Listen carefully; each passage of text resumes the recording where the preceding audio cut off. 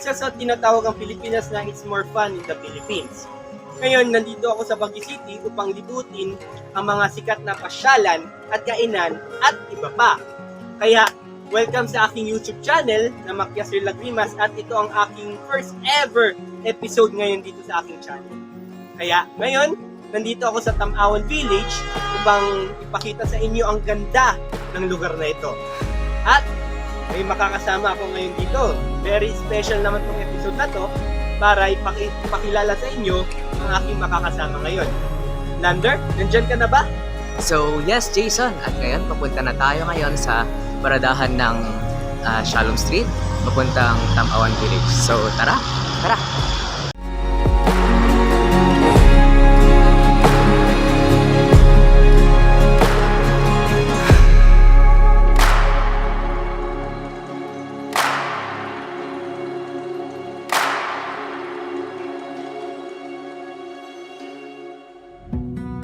Okay, so ayan, andito na tayo ngayon sa Tamawan Village.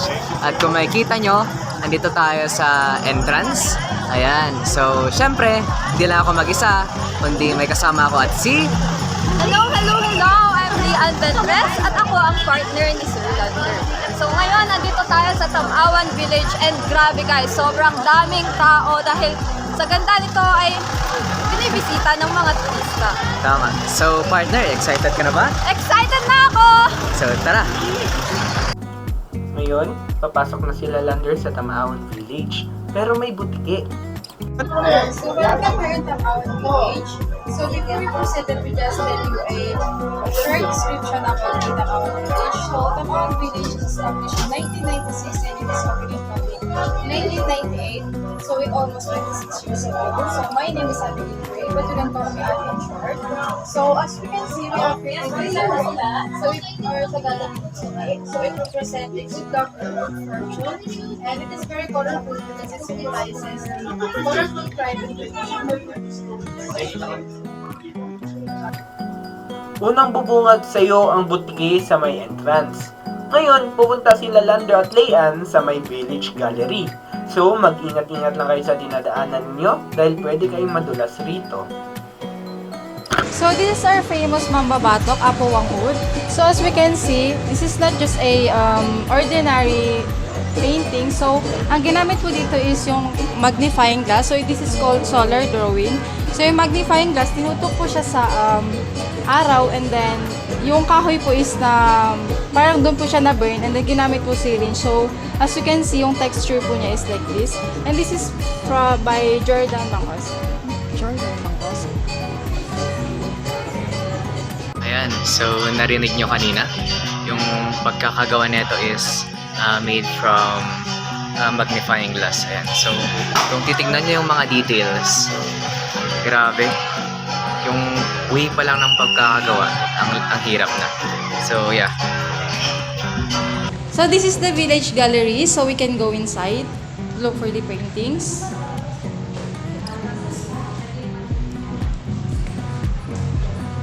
So as we can see, yung mga paintings is women because this month is Women's Month. Amaze naman si Lian. So, ano naman masasabi niyo sa lugar na yan? Ayan, so andito na tayo sa loob ng Village Gallery. Ayan. So kung makikita nyo, ang daming mga paintings, mga artworks na nagsisiganda. And dahil sa buwan ng kababaihan ngayon, ang tema ay tungkol siyempre sa kababaihan. Partner. Sa lawak ng Tamawan Village, isa ang village gallery sa pwede nyo puntahan. Pero marami pa tayong pwedeng madiskubre sa lugar na ito. Tara! Tara!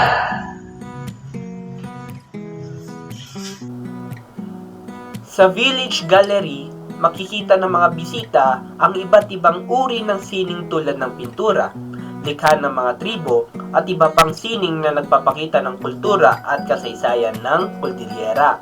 Ito ay naging isang popular na destinasyon sa Baguio City para sa mga nagmamahal ng sining at kultura, pati na rin para sa mga turista na nais makaranas ng mga lokal na tradisyon. Oh, break time muna! So pumunta muna tayo sa Tamawan Cafe para ma-check ang kanilang mga pagkain. Yo, today we are here at Tamawan Cafe. Ngayon, we will review the food ng Tamawan Cafe na sobrang sarap raw, sabi nila. So, malalaman natin. And I'm with... Ayan, nandyan sila Lander at Leanne. Ayan. So, I've got the smoked meat na in-order ko.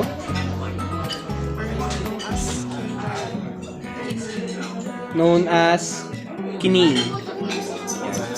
So, meron akong side dish na beans. Yan. So, may garlic din siya. Can't wait. Ayan, so sa amin naman, we will be having pork chop ng Tamawan Village and i-review rin natin kung gaano nga ba kasarap yung adobo ng Tamawan Village. So, tara, kain. Naiya ka. Naiya ka. So the first bite of smoked meat known as kining.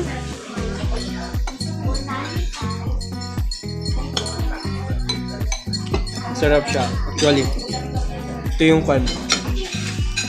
Tama yung timpla sa luto. Tapos pag sinawsaw mo pa sa suka, sobrang sarap niya. Lalo na kung titikman mo, halo mo sa kanin.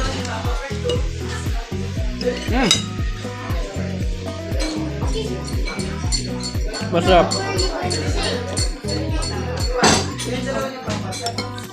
So kung lalasan natin yung adobo nila, wala, parang typical lang na lasa ng adobo. Ito kasi sa Baguio, sanay kami sa adobo na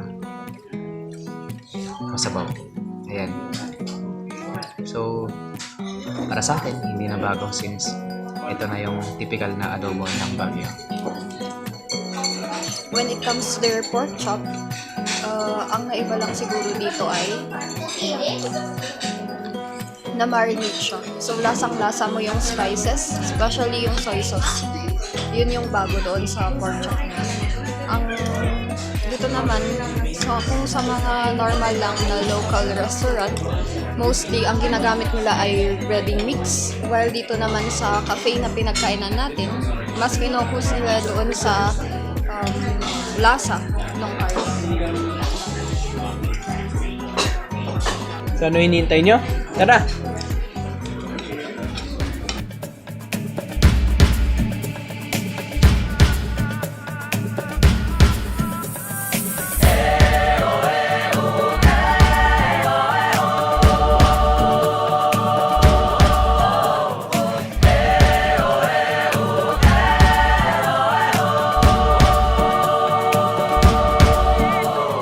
Barin ang takot sa iyong damdamin, di pamalas ang tangking galing. Tumayong buong tapang, harapin ang buhay at kapin ang tagumpay. Tulungan ang kapwa at bigyang halaga, huwag hatakin ng pababa. Isipin huwag sana ang sarili lang, pakisama't bayanihan. Subukan nating isulong at ligawan ang magandang bukas. Ikaw at ako magkasama tayo, salubungin ang kinabukasan.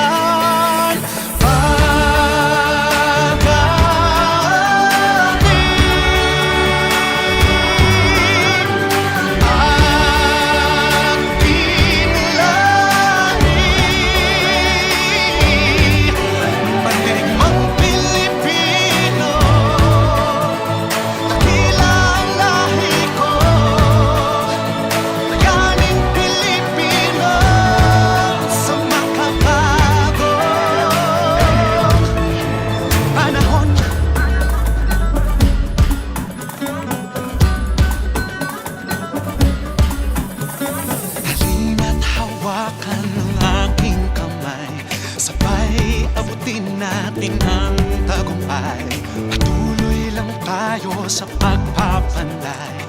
Tiwala sa Diyos ang sandat at gabay. Subukan nating isulong at ligawan ang magandang bukas. Ikaw at ako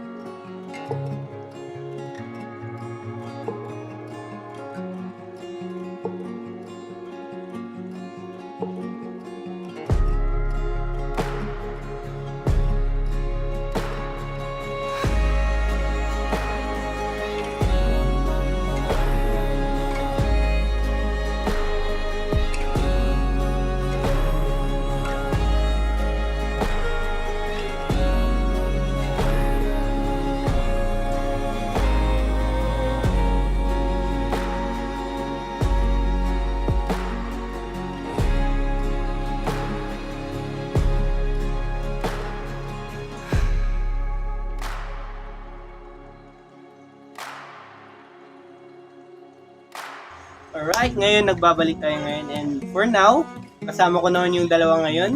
So, for me, ito na, tatanungan tayo So, ako muna. Di naman sa tanong, pero about sa food. Okay? Dito sa Tamawan Village, meron yung Tamawan Cafe na nakita nyo naman na kanina. Yung smoked meat nila is very delicious rin naman kapag parang ramdam mo kapag pinapausukan talaga yung karne na yun kapag niluluto. And kapag sinerve, di ba? Sobrang sarap niya. And kapag isasawsaw mo pa sa suka, masasarap yun. And lalo yung side dish niya na beans. And also the rice na red rice na. Yeah. Kaya sobrang sarap ng food na yun. And I recommended na rin yun. Also pati yung adobo and also yung pork chop. Yan. So, yan.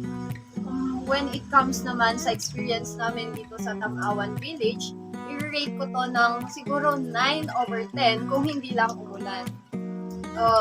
Doon naman sa mga nakita nating mga artworks, sobrang ganda. And when it comes to the view, talagang makikita mo ang ganda ng Baguio City. Also, balik tayo sa mga artworks na nakita natin. Ang daming ibig sabihin. So, yun yung parang na-realize ko na ito yung tunay na yaman ng Cordillera. So, sa part ko naman, maganda sa point na yung disenyo ng lugar. Punong-puno siya ng kultura. Alam mo yung diversion ng mga cultures saan makikita mo pag naglalakad ka, makikita mo na sinasayaw nila, makikita mo sa mga disenyo, mga artworks like bulul and also mga lingling mo. Ayan. So makikita mo pa lang doon na ang yaman sa kultura. And kita mo rin sa disenyo ng lugar. Napakaganda. Makikita mo talaga na mayaman sa cultural heritage ang Baguio. Ang lugar na nakatago ay parang bato. Kailan mong hanapin ito para makita ang ganda nito. Hanggang sa muli, ako si Jason Lagrimas at makita-kita ulit tayo sa susunod na video dito sa Journey to Baguio.